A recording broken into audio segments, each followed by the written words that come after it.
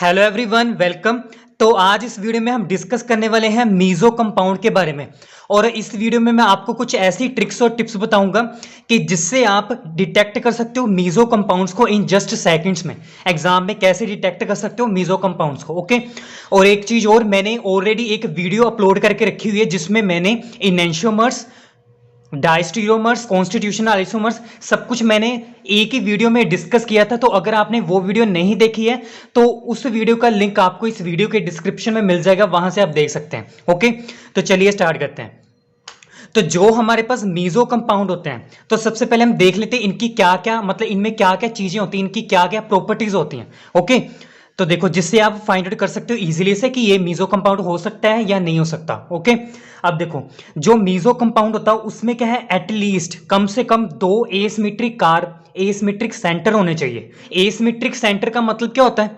Asymmetric centre का मतलब होता है कि हमारे पास कायरल कार्बन्स होने चाहिए, कायरल सेंटर होने चाहिए। मतलब कायरल कार्बन और एसिमेट्रिक कार्बन, मतलब इनको सेम ही बात, इसको सेम ही बोलते हैं। अगर ये, इस पे भी मैंने वीडियो बनाई है, तो अगर आपने वीडियो नहीं देखी है तो उस वीडियो का भी लिंक इसके वीडियो में डिस्क्रिप्शन में मिल जाएगा, वहां से आप देख सकते हैं, ओके।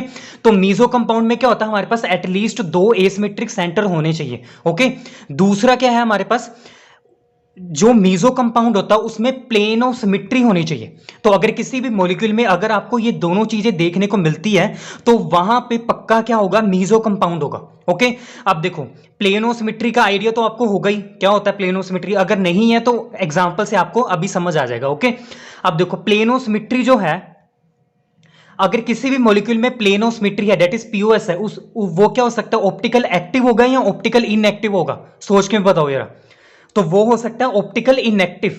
तो अगर आपके माइंड में ऑप्टिकल एक्टिव है तो आपको रिवीजन की जरूरत है, ओके। तो जिस भी मॉलिक्यूल में पीओएस प्रेजेंट होती है, that is plane of symmetry होती है, तो वो मॉलिक्यूल क्या होता है, ऑप्टिकली इनएक्टिव होता है, ओके। तो ये चीजें थी हमारे पास मीजो कंपाउंड के बारे में, ओके। हम कुछ एग्जांपल सोल्व करेंगे जिससे आपको और भी क्लियर होगा ये सब। तो ये हमारे पास फर्स्ट एग्जांपल, इसमें हमने चेक करना है कि ये जो हमारे पास गिवन कंपाउंड है ये मीजो कंपाउंड है नहीं। तो इसके लिए आपने क्या करना है, सबसे पहले देखना है कि उसमें जो है दो एसिमेट्रिक सेंटर है कि नहीं है। पीओस पहले बाद में चेक करनी है, सबसे पहले देखना है कि एसिमेट्रिक सेंटर हमारे पास एटलीस्ट दो होने चाहिए। अब देखो, इस एसिमेट्रिक सेंटर मतलब कायरल कार्बन की बात करें, मतलब एक वो कार्बन जिसके पास चार डिफरेंट ग्रुप्स या एटम्स उसके साथ अटैच्ड होने चाहिए, ओके। सेम नहीं होने चाहिए। अब देखो, अगर मैं इस कार्बन की बात करते हैं, ये वाले कार्बन की, ओके। इसके साथ क्या है, एक तो ये वाला OH ग्रुप अटैच्ड है, एक हाइड्रोजन अटैच्ड है, ओके। एक ये वाला ग्रुप अटैच्ड है, that is methyl group, that is CH3, okay. और ये पूरा ग्रुप अटैच्ड है, ये पूरा इस कार्बन के साथ। तो यहां पे ये क्या है, एसिमेट्रिक कार्बन हमारे पास, ओके। सिमिलरली अगर हम इस कार्बन की बात करें, सेम ही केस यहां पे है। इसके साथ एक OH ग्रुप है, एक ये वाला ग्रुप अटैच्ड है, एक हाइड्रोजन अटैच्ड है और एक पूरा ये वाला ग्रुप अटैच्ड है। तो हमारे पास कम से कम दो एसिमेट्रिक सेंटर तो हमें पता चलेगा कि है इस मॉलिक्यूल में, ओके। अगर हम इसकी बात करते हैं कार्बन की, तो यहां पे एक बैक साइड पे हाइड्रोजन भी होगा यहां पे, ओके। एक तो ये वाला हो गया हमारे पास वन, हाइड्रोजन अलग हो गया, OH भी अलग हो गया। बट अगर हम इसकी बात करते हैं, एक ये वाला ग्रुप और ये वाला ग्रुप तो सेम हो गया इसके लिए, इस कार्बन के लिए। तो मतलब यहां पे 3 हमारे पास एसिमेट्रिक सेंटर नहीं है, सिर्फ 2 ही हैं, जो कि एक तो ये वाला है, ये वाला स्टार वाला, और एक ये वाला। मतलब 2 हमारे पास मॉलिक्यूल में एसिमेट्रिक सेंटर है, ओके। तो ये कंडीशन फॉलो हो रही है। दूसरी कंडीशन देखनी कि पीओस है कि नहीं है। तो क्या करना आपने, इसको ना, इस मॉलिक्यूल को बीच में से काट देना है, इसको मॉलिक्यूल को बीच में से ऐसे काट देना है, ऐसे। तो जब इसको ऐसे काटोगे तो क्या होगा, पता क्या करना होता है, जो हमारे पास जो OH ग्रुप है उसको ना, मतलब अगर यहां पे कोई भी बड़ा से बड़ा ग्रुप आपको कहीं पे भी देखने को मिलता है, अगर फॉर एग्जांपल यहां पे होता है CH3 या इथाइल ग्रुप या कोई भी ज्यादा बड़ा ग्रुप होता, तो आपने क्या करना है, हमेशा उसको स्फीयर कंसीडर करना है, मतलब एज अ बॉल कंसीडर करना है कि एक बॉल है हमारे पास, ओके। जब इस बॉल को आप बीच में से काटोगे तो हाफ बॉल इधर चली जाएगी और हाफ बॉल क्या हो जाएगी, उधर चली जाएगी। मतलब एक बॉल हाफ में डिवाइड हो जाती है ना, ऐसे ही होता है। तो सेम ही इसको हमने सभी एटम या सभी मॉलिक्यूल्स को एक स्फीयर की तरह कंसीडर करना है पीओएस के लिए, ओके। तो जब इसको आप काटोगे बीच में से तो क्या होगा, ये हाइड्रोजन और OH भी बीच में से काटा जाएगा और ये वाला कार्बन भी बीच में से कट जाएगा, ओके। अब क्या होगा, ये OH है, ये OH है, ये दोनों आपस में रिफ्लेक्ट करेंगे, जैसे हम इसको यहाँ पे अगर मैं मिरर लगा दूं तो क्या होगा, OH इसके साथ OH ये रिफ्लेक्ट करेगा ना, क्योंकि ये दोनों सेम चीजें हैं। OH यहाँ पे भी है, OH यहाँ पे भी है, तो ये दोनों रिफ्लेक्ट करेंगे। ओके, ये वाला कार्बन, यहाँ पे भी कार्बन, ये कार्बन भी है और ये भी कार्बन ही है ना, यहाँ पे हाइड्रोजन तो है नहीं, यहाँ पे भी कार्बन है, तो ये कार्बन इस कार्बन को रिफ्लेक्ट करेगा। ओके, दूसरा ये जो हमारे पास मिथाइल ग्रुप है डेट इज CH3 है, यहाँ पे भी CH3 है, तो ये भी मिथाइल ग्रुप, इसको भी मिथाइल ग्रुप को, मतलब ये दोनों सेम है तो दोनों आपस में रिफ्लेक्ट करेंगे। सिमिलरली यहाँ पे दोनों हाइड्रोजन भी आपस में रिफ्लेक्ट करेंगे। तो जब प्लेनो सिमेट्री के बाद जब सभी एटम कट जाते हैं, तो अगर जो साइड वाले एटम्स या मॉलिक्यूल अगर आपस में रिफ्लेक्ट करेंगे तो वहां पे पीओएस है। तो यहां पे हमने देख लिया इस मॉलिक्यूल में पीओएस भी है और यहां पे दो एसिमेट्रिक सेंटर भी है, तो इसी वजह से ये क्या है, मीजो कंपाउंड। बस ऐसे आपने चेक करना है।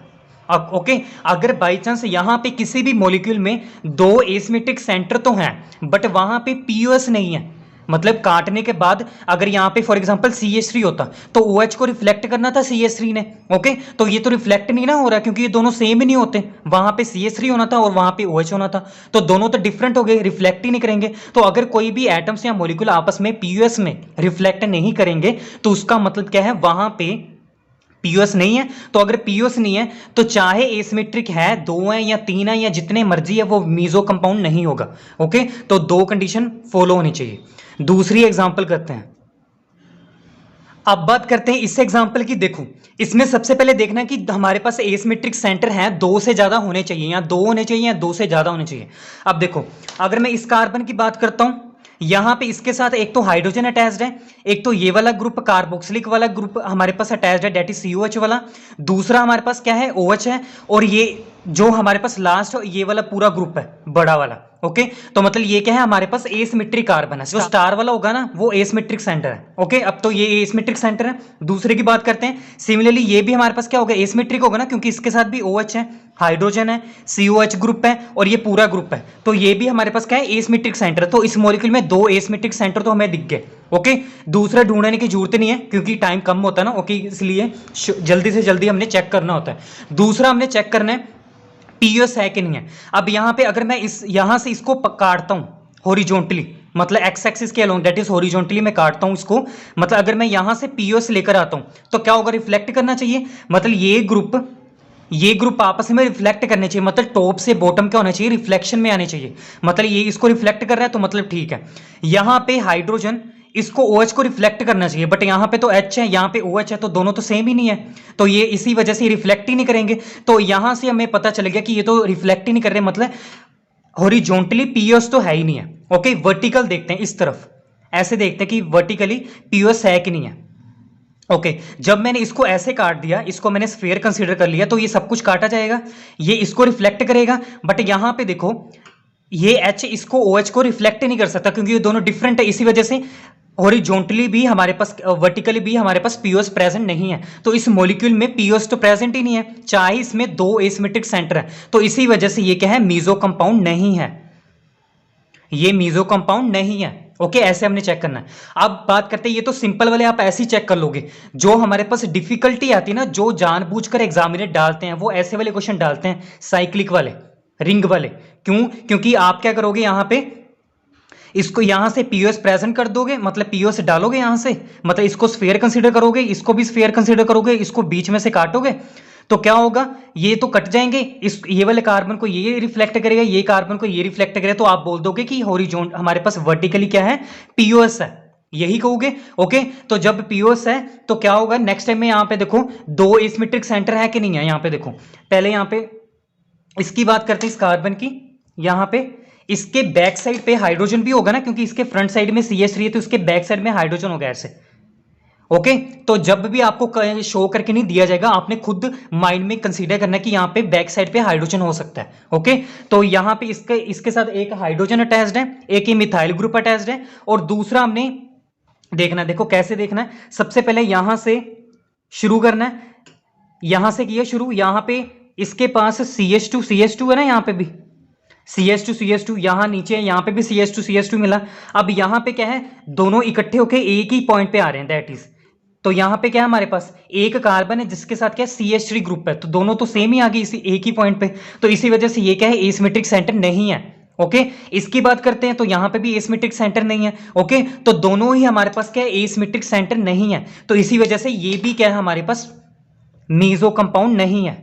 ओके ऐसे हमने चेक करना है। एक और एग्जांपल करते हैं लास्ट वाली। ओके इसमें आपको पता चल जाएगा कैसे करना है।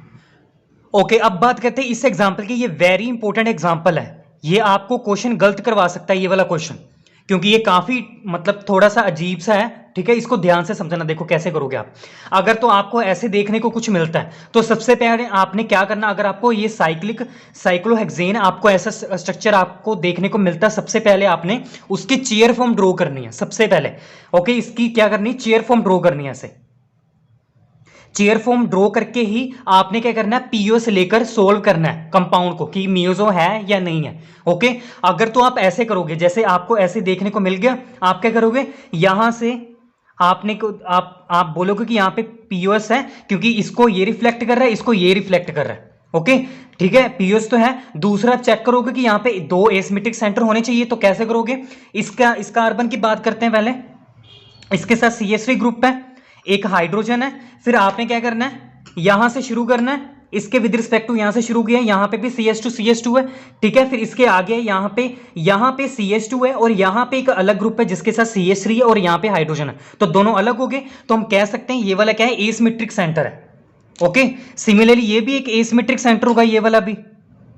तो दो एसिमेट्रिक सेंटर भी हैं और हमारे पास पीओएस भी हैं, तो इसी वजह से आप बोलोगे कि ये क्या है, मीजो कंपाउंड है। ये क्या है, मीजो कंपाउंड है।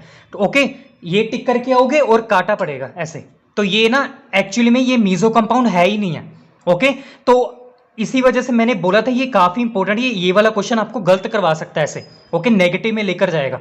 तो आपने क्या करना, अगर आपको ऐसा कुछ देखने को मिलता है, आपने सबसे पहले चेयर फॉर्म ड्रॉ करनी है, इसके विद रिस्पेक्ट टू फिर हमने ड्रॉ करना। देखो यहां पे लेट्स से यहां पे मैंने नंबरिंग कर दी 1 2 3 4 5 एंड 6, ये नंबरिंग कर दी। फर्स्ट पोजीशन में मैंने इसको ड्रॉ कर दिया। ये क्या है, वेज पे है ना, वेज का मतलब क्या होता है, ऊपर में ड्रॉ करना हमने, चेयर फॉर्म में ऊपर में ड्रॉ करना है इसको, एक्सियल में। ये एक्सियल होती है, ये इक्वेटोरियल होती है पोजीशन। हमने एक्सियल में लगा दिया CH3 को, और इक्वेटोरियल में इसके विद रिस्पेक्ट टू हमारे पास क्या है, नीचे की तरफ हाइड्रोजन है। इतना हो गया। अब क्या करना है, ये थर्ड पोजीशन पे, मान लो थर्ड पोजीशन पे ऊपर की तरफ ही हमारे पास क्या है, CH3 है। ओके और नीचे की डाउन साइड इक्वेटोरियल पे हमारे पास क्या है, हाइड्रोजन है। इतना हो गया, और तो कोई सब्स्टिट्यूशन हमारे पास दे नहीं रखी। इतना हो गया। अब इतना बनाने के बाद क्या करना है, पीओएस लेकर आनी है, पीओएस देखने की पीओएस है कि नहीं है। क्या करना है, जब आपने रिंग स्ट्रक्चर में देखना है, जब आपने रिंग स्ट्रक्चर में पीओएस कंसीडर करनी है, तो क्या करना है कि हमारे पास जो प्लेन ऑफ सिमेट्री है, कम से कम 2 एटम से पास होनी चाहिए। मतलब 2 एटम से कैसे पास होनी चाहिए, देखो कैसे, एक ये एटम है, एक ये एटम है, मतलब पीओएस इस ये वाली लाइन, ये वाली है ना, ये पीओएस होनी चाहिए। ओके मतलब कम से कम 2 एटम्स में से पास होनी चाहिए। मतलब ये नहीं करना कि ये वाली पीओएस होगी, मतलब ऐसे मैं ड्रॉ करूं, अगर ये मैंने रिंग स्ट्रक्चर बनाया, ओके अगर मैं यहां से पीओएस लेकर आता हूं, तो इसका मतलब है ये रोंग है, ये पीओएस कभी ऐसे नहीं जाती। मतलब बॉन्ड के विद रिस्पेक्ट टू बॉन्ड से पास नहीं होता पीओएस, किसके में, किस केस में, ये वाले स्ट्रक्चर में, रिंग स्ट्रक्चर में। ओके चेयर फॉर्म में हमारे पास क्या है, जब आपने चेयर फॉर्म लेकर आनी है, तो आपने हमेशा यही याद रखना कि पीओएस जो है वो 2 मतलब बॉन्ड से नहीं आना चाहिए, क्रॉस नहीं करता पीओएस। किससे पास करता है, कम से कम 2 एटम से पास करना चाहिए। तो पीओएस ये नहीं हो सकती, ये हो सकती है, या ये हो सकती है ऐसे, ठीक है, या फिर ऐसे भी हो सकती है, 2 एटम से, ये वाले एटम से या ये वाले एटम से पास होनी चाहिए। ओके अगर इस साइड में पीओएस कंसिडर करता हूं, इस साइड, तो क्या होगा, यहाँ पे ये वाला कार्बन और ये वाला कार्बन और ये जो CH3 ग्रुप है, मतलब ये वाला, ओके ये वाला, ये क्या होगा, ये सभी क्या है, इस प्लेन में से कट जाएंगे। मतलब ये भी काटा जाएगा, ये भी कट जाएगा और ये भी कट जाएगा प्लेन से। ओके तो क्या होगा, हमारे पास ये जो यहाँ पे भी ऊपर की तरफ एक हाइड्रोजन है ना, यहाँ पे हाइड्रोजन है, इसके नीचे भी हाइड्रोजन है, जो आपको देखने को नहीं मिल रहा। मतलब इस कार्बन के साथ 2 हाइड्रोजन होंगे ना, तो क्या होगा नेक्स्ट टाइम में, ये जो CH3 होगा, ये इस हाइड्रोजन को रिफ्लेक्ट करेगा, बट ये दोनों तो सेम ही नहीं है, तो अगर सेम नहीं है तो रिफ्लेक्ट ही नहीं करेंगे। तो इसी वजह से क्या होगा, हमारे पास यहाँ पे पीओएस तो प्रेजेंट ही नहीं है, यहां से पीओएस प्रेजेंट ही नहीं है। अगर मैं फॉर एग्जांपल यहां से मैं पीओएस प्रेजेंट, मतलब इस तरफ से पीओएस अगर आती है, तो क्या होगा, ये CH3, ये कार्बन और ये कार्बन आपस में कट जाएंगे, तो क्या होगा, ये CH3 इस हाइड्रोजन को रिफ्लेक्ट करेगा, बट ये दोनों अब भी सेम नहीं है, तो क्या होगा हमारे पास यहां पे भी इस साइड भी पीओएस प्रेजेंट नहीं है।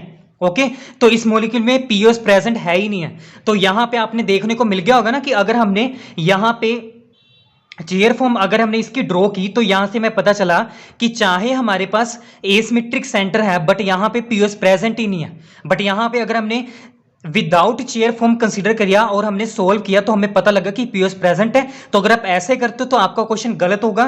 तो हमेशा आपने क्या करना है कि जो रिंग स्ट्रक्चर दे रखा है उसको आपने चेयर फॉर्म में पहले बनाना है, फिर आपने देखना कि वहां पे पीओएस है कि नहीं है। ओके, तभी आप सोल्व करोगे आगे। तो इसी वजह से ये हमारे पास क्या है, मीजो कंपाउंड नहीं है। ओके, नेक्स्ट आने वाली वीडियो में मैं आपको पीओएस के बारे में बताऊंगा कि कैसे आप पीओएस कैसे कंसीडर कर सकते हो, कैसे पीओएस आती है हमारे पास चेयर फॉर्म्स में। ओके, वो हम नेक्स्ट वीडियो में कवर करेंगे। तो आपको पता लग गया होगा कि आपने हमेशा क्या करना है, हमेशा चेयर फॉर्म में ही कंसीडर करना है, फिर ही सोल्व करना है, फिर ही बताना कि वो कंपाउंड मीजो है कि नहीं है। तो ये थी वीडियो ऑन मीजो कंपाउंड। बस आपने सिर्फ यही दो चीजें कंसीडर करनी है। ओके, यही याद रखनी कि दो एटलीस्ट हमारे पास एसिमेट्रिक सेंटर होने चाहिए और पीओएस होनी चाहिए। So I hope you like this video. So ऐसी वीडियोस के लिए प्लीज चैनल को सब्सक्राइब जरूर करें। मिलते हैं नेक्स्ट वीडियो में। Happy learning.